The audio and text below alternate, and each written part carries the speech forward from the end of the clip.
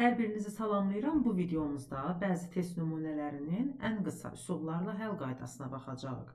İlk sualımızla başlayırıq. Sualımız belədir. Sükunət vəziyyətindən hərəkətə başlayan velosipedçi düz xəttli bərabər yeyinləşən hərəkət edərək 120 metr məsafə qət edir.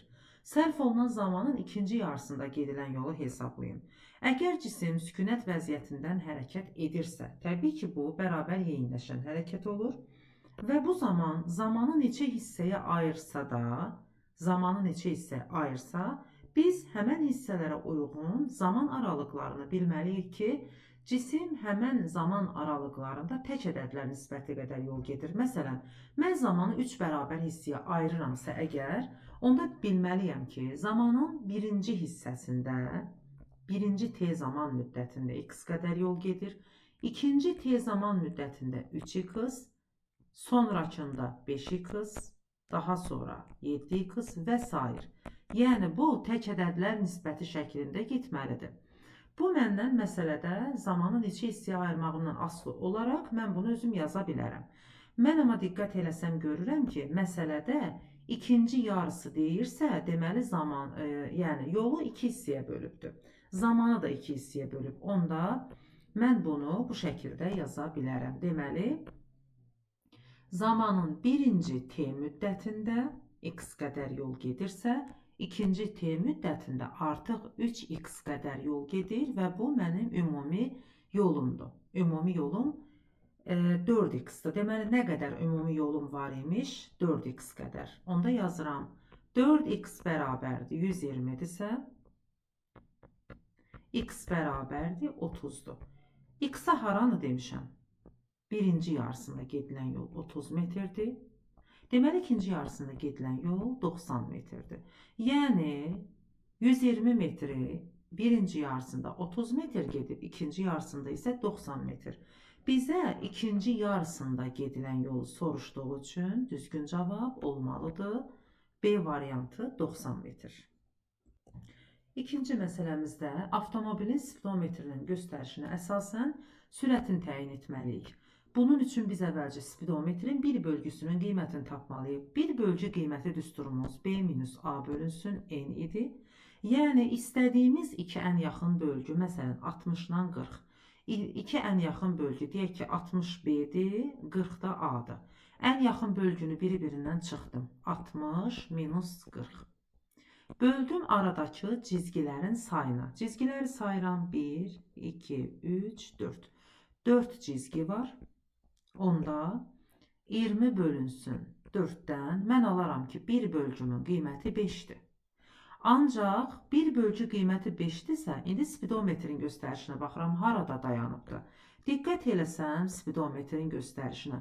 Bura 60-dırsa, deməli, digər bir xətt olmalıdır 65. Hər bir bölgüdə qiyməti 5 vahid artmalıdır. Burada spidometrin əqrəbinin dayandığı isə düşür 70-ə. Yəni, mənə lazım olan, bax, bu 70-dir. Ancaq, indi spidometrin xətasını təyin etməliyik. Xəta isə bir bölgü qiymətinin yarısı olduğu üçün, bir bölgü qiymətimiz 5-dir. Deməli, 5-in yarısı xətadır.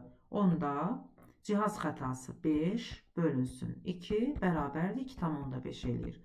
Yəni, 70 hal-hazırda spidometrin göstərişi 2,5 çox da ola bilər, az da ola bilər. Ona görə bunu plus minus 2,5 yazıram. Düzgün variant A bəndi. Növbəti məsələmiz başlanğıc anda eyni nöqtədə olan 1 və 2 cisimlərinin sürət zaman qrafikləri verilmişdir. Bir cisminin dayandığı anda cisimlər arasındakı məsafə. Dayandığı an, baxıram, bir cisminin, hansı ki, qrafik budur, bir cisminin qrafiki. Hansı anda dayanıbdır? Görürəm, 15 saniyədən sonra dayanıb. Deməli, mən 15 saniyədən sonra, yəni sürət sıfıra bərabər oldusa, birinci cisim deməli dayandı. 15 saniyədən sonra cisimlər arasındakı məsafəni tapmaq üçün diqqət edəcəyim ikinci məqam odur ki, cisimlər hansı istiqamətdə gedir? Hər iki cismin sürət proyeksiyası müsbət olduğu üçün hər iki cisim OX istiqamətində gedir.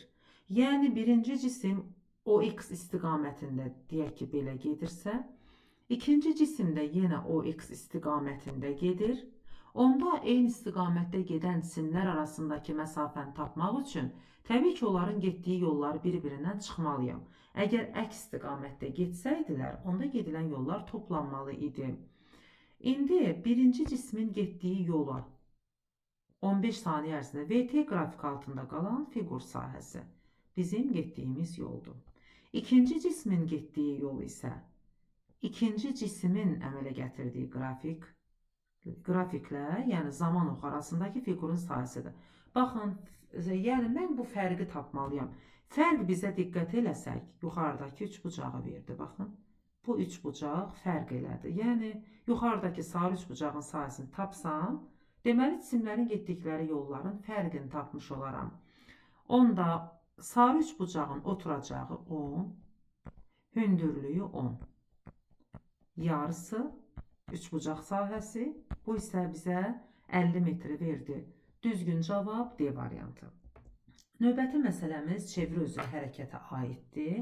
Həm burada məsələdə fırlanan bərk cisim görürük, həm qayışlı ötürmə görürük. Məsələmizdə radiusu R1 bərabərdir R3, o da R-dir. R2 isə 2R olan disklər şəkildəki kimi əlaqələndirilərsə, bizdən T1-in T3-ə nisbətini soruşur. Birinci çevrənin periodu ilə üçüncü çevrənin period nisbətləri. Bu tip məsələlərə biz hissə-hissə baxmalıyıq. Əvvəlcə sarı rənglə rəngləndiyim 1 və 2 çevrələrinə diqqət etməliyik. Yəni, bunlar öz-özlüyündə fırlanan bərk cisimdir. Ancaq ikinci çevrə ilə üçüncü çevrə isə baxın, qayışlı ötürmədir. Ona görə də addım-addım məsələni həll edirik. Yəni, verilənləri üzərinə yazsam, R1 R-dir, R2 bura 2R-dir. R3 də R-ə bərabərdir. İndi mən fırlanan bərk cisimlərə baxsam, hansı ki, bu hissəyə baxsam. Təbii ki, fırlanan bərk cisimlərdə bilirəm ki, omeqalar, periodlar, tezliklər eynidir. Ona görə birinci çevrənin fırlanma periodu nə qədərdirsə, ikincinin də periodu o qədərdir. Hər ikisinə T yazıram. Deməli, mən birinci çevrənin fırlanma periodu T1-i T ilə əvəz etdim. Bunu yadda saxlayayım. İndi baxıram, qarşılı ötürmə ilə əlaqələndirdiyim R2 və R3 çevrələrinə. R2 çevrəsinin fırlanma perioduna da T dedim. Onda R3-ün fırlanma periodunu bilmirəm. T3 yazıram. Amma onu bilirəm ki, T ilə, daha doğrusu R2 çevrəsi ilə R3 çevrəsi qarşılı ötürmə olduğu üçün V2 bərabərdir V3'dür. Çünki qarşılı ötürmədə sürətlər sabitdir. V-nin düsturunu burada yazım. 2pi R2 böl T2. Bu bizim xətti sürətimizin düsturudur. Bərabərdir 2pi R3 böl T3. 2pi'lər ixtisar getdi. R2'nin yerinə nə yazdım? 2R. T2'ni nə ilə əvəz eləmişdim? T ilə. Yazıram. Bərabərdir. R3 bu R-dir. Məsələdə veribdir şərtində. Baxın.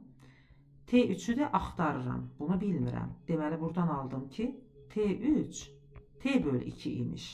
İndi mənə lazım olan ifadələr hansı oldu? Təbii ki, T3'ə T böl 2 tapdım. Hansı ki, ən başda da T1'i T ilə əvəz eləmişdim. Deməli, bu nisbət T1 böl T3 nisbəti 2-yə bərabər imiş. Düzgün cavab 2.